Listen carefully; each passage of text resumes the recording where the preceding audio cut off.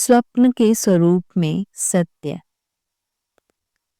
वह वृद्ध तो था, उसके बाल भी सफेद थे, पर उसका शरीर न दुबला था न दुर्बल। जब वह राह पर चलता, वैसाखी टेक कर, गर्दन झुकाकर धीरे धीरे चलता, जैसे किसी वस्तु को ढूंढ रहा हो। कोई कभी उससे पूछता कि बाबा क्या ढूंढ रहे हो, तो वह उत्तर देता, रास्ता ढूंढ रहा हूं बाबा, रास्ता खो गया है।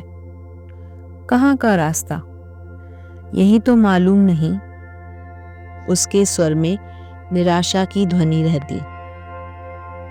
खूब मजे में ढूंढते जाओ बाबा, उत्तर सुनाई देता और उसके साथ खखार की हंसी।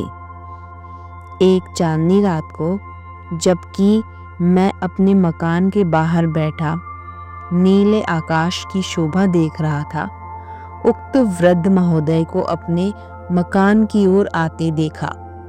रात्रि के समय उनका शुभागमन कुछ आश्चर्यजनक प्रतीत हुआ। निकट पहुंचने पर मैंने पूछा, क्यों बाबा, इतनी रात को कैसे आए? उसने उत्तर दिया, तुमसे कुछ कहना है। इसी रात को? कल कहते महाराज। नहीं, कल तक मैं भूल जाऊंगा। कल रात को मैंने एक सपना देखा है, वह तुमको सुनाना है। अच्छा, तो आप सपना सुनाने आए हैं। मैं समझा कोई गहरी बात होगी। पहले सुनो, फिर कहना गहरी है या नहीं। अच्छा, तो सुनाइए। तब वृद्ध ने यूं कहा, मैंने सपने में देखा कि रास्ता ढूंढते ढूंढते, जैसा कि मैं प्राय ढूंढा करता हूँ, एक दिन एक गांव में पहुंच गया। गांव छोटा है, उसमें रहने वाले भी कम हैं। अधिकतर मकान टूटे फूटे हैं। बहुतों पर न छत है न छप्पर। दीवारों में कहीं कहीं दरवाजे लगे हैं। उस गांव में बहुत देर तक मैं भटकता फिरा। मुझको देखते ही लोग जान जाते थे कि मैं वहां का रहने वाला नहीं हूं। मुझको संदेह युक्त दृष्टि से देखते थे। कभी कभी कोई पूछता भी था कि मैं कहाँ जाना चाहता हूँ, किससे मिलना चाहता हूँ। मैं शहर की तरफ जाना चाहता हूँ। ऐसा कहने पर वह मुझे राह दिखा देते थे, पर चलते चलते मैं फिर भटक जाता। ऐसे ही घूमते घूमते मैं एक नदी के किनारे पहुंचा।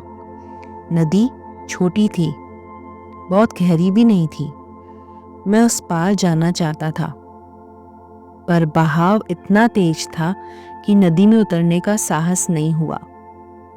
वहां पर एक आदमी मिला। उसने पूछा, आप कहाँ जाना चाहते हैं? मैंने कहा, मैं जहां जाना चाहता हूं वहां का नाम भूल गया हूं। मुझको युगल मंदिर का रास्ता बता देने पर वहां जाकर मेरे जाने का स्थान कहाँ है पता लगा लूंगा। उसने कुछ नहीं कहा। हंसकर वह चुपचाप चला गया। मैं फिर इधर उधर फिरता रहा।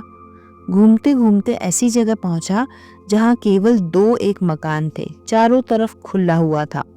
वहां खड़े खड़े सोच रहा था कि किधर जाऊं। इतने में एक जीप गाड़ी आती दिखाई दी। थोड़ी देर में वह आकर मेरे पास ही खड़ी हो गई और बिना किसी के कुछ कहे मैं तत्काल उस पर बैठ गया। तब मैंने गाड़ी पर बैठे लोगों को देखा तो उनमें एक सज्जन जान पहचान के मिले। वे मुस्कुरा रहे थे। मुझसे पूछा, कहाँ? मैंने उत्तर दिया, युगल मंदिर। कहा, ठीक है, गाड़ी चल दी। आंख खुल गई। वृद्ध महाराज थोड़ी देर चुप बैठे रहे। फिर मुझसे पूछा, क्या समझे? मैंने कहा, यह कि आप जैसे जागृत अवस्था में पागल की तरह मारे मारे इधर उधर फिरा करते हैं, स्वप्न अवस्था में भी वैसे ही मारे मारे फिरते रहे। उन्होंने कहा, नहीं समझे। सुनो, वह टूटे फूटे मकानों वाला गांव इस असार संसार का प्रतीक है, जिसमें प्राणी पदार्थ सब अनित्य हैं। क्षणभंगुर हैं, परंतु इसमें मनुष्य जन्म लेता है। इसके काम धंधे फंसा रहता है, धन संपत्ति उपार्जन करता है, खूब दौड़ धूप करता है और अपनी समझ से सुखमय जीवन व्यतीत करता है। परंतु मनुष्य जीवन का क्या उद्देश्य है, उसे कहाँ जाना है, सब भूल जाता है। मोहितो मोह जालेन पुत्र दारग्रहादिषु, इस तरह उसके दिन कटते जाते हैं। माया नदी को पार कर कहीं नहीं जा सकता है, पर भगवान की कृपा से एक दिन उसकी आंख खुलती है। वह देखता है सुकृतम न कृतम किंचिद दुष्कृतम चकृतम मया। तब वह मन ही मन भगवान को स्मरण करने लगता है और किसी की खोज में रहता है जो उसके जीवन के सन्मार्ग का पता बता दे। सौभाग्यवश एक दिन उसको एक पथ प्रदर्शक मिल जाता है जो उसको मनुष्य जीवन सफल बनाने के राजपथ का निर्देश कर देता है। वह धन्य हो जाता है।